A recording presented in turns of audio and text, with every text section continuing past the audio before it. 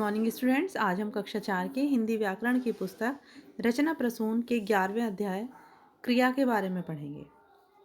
क्रिया, जैसा कि आप सभी जानते हैं कि किसी भी काम के करने या होने को क्रिया कहते हैं। सबसे पहले आपकी पुस्तक में उदाहरण दिए गए हैं। सूर्य निकल रहा है, माली पौधों को पानी दे रहा है, नदी बह रही है, रवि पतंग उड़ा रहा है।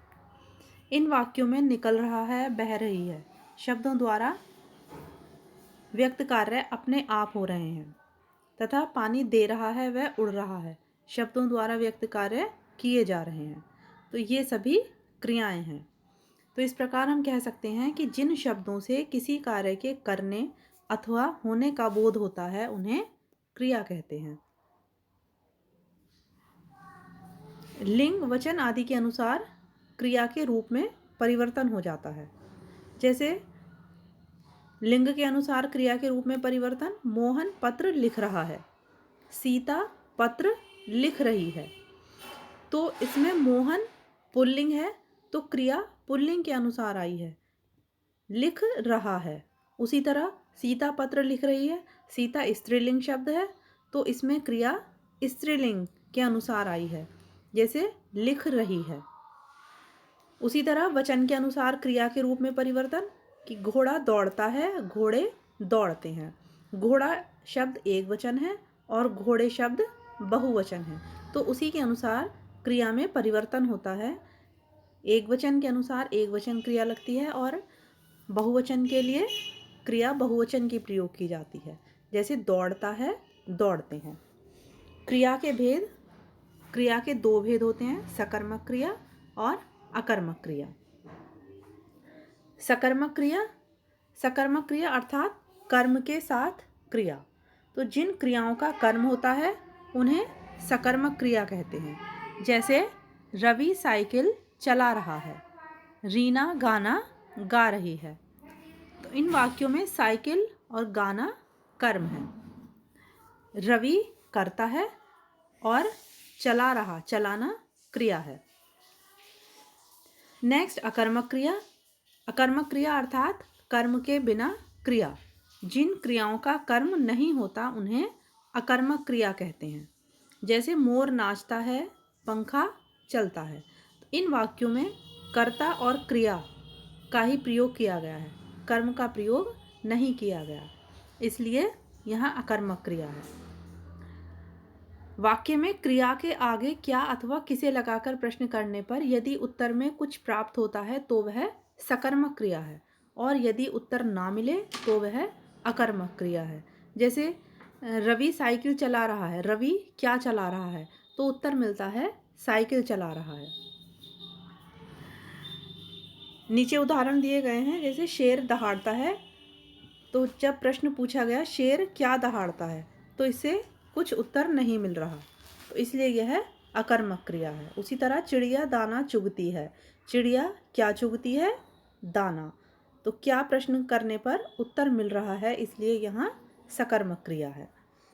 उसी तरह राम ने रावण को मारा, राम ने किसे मारा, तो उत्तर मिला रावण को, तो इसलिए यहाँ सकर्मक क्रिया है। कलिका नाचती है, कलिका क्या नाचती है, तो यहाँ कुछ भी उत्तर नहीं मिल रहा है, इसलिए यहाँ अकर्मक क्रिया है। तो इस पाठ में आपने सीखा कि जिस शब्द से किसी कार्य के करने या होने का बोध होता है उसे क्रिया कहते हैं। क्रिया के दो भेद होते हैं, सकर्मक क्रिया, अकर्मक क्रिया। सकर्मक क्रियाएं वे होती हैं जिन्हें कर्म की आवश्यकता होती है, अकर्मक क्रियाएं वे होती हैं जिन्हें कर्म की आवश्यकता नहीं होती। अब इस पाठ से संबंधित प्रश्नों के उत्तर। पहला प्रश्न है, क्रिया से आप क्या समझते हैं? सकर्मक क्रिया किसे कहते हैं? इसके उत्तर आपको वीडियो में आगे दिए जाएंगे। नेक्स्ट है, अकर्मक क्रिया के दो उदाहरण बताइए। मोर नाचता है, पंखा चलता है।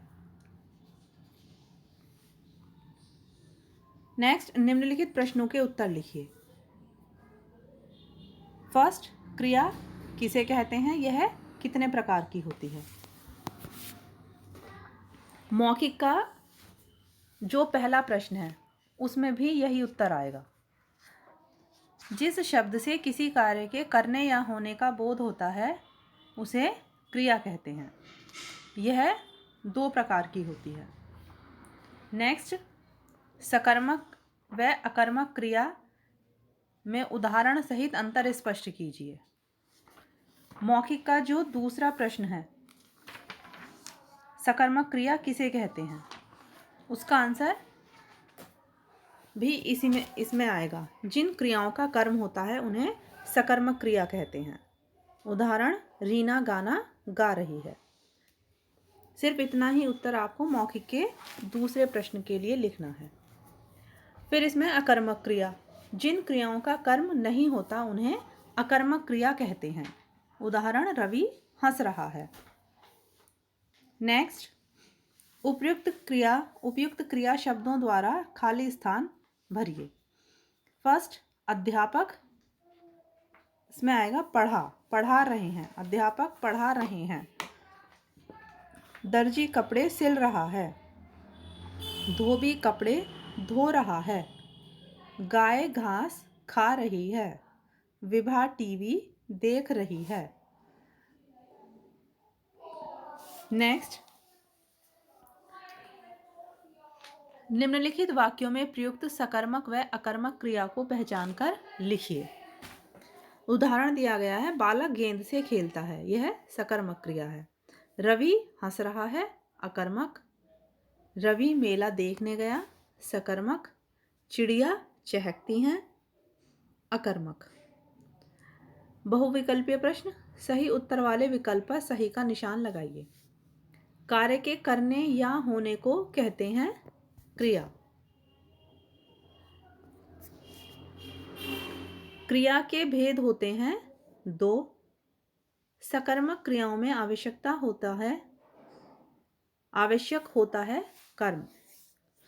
नेक्स्ट, माँ फ्रॉक सिल रही है, वाक्य में प्रयुक्त क्रिया है सकर्मक।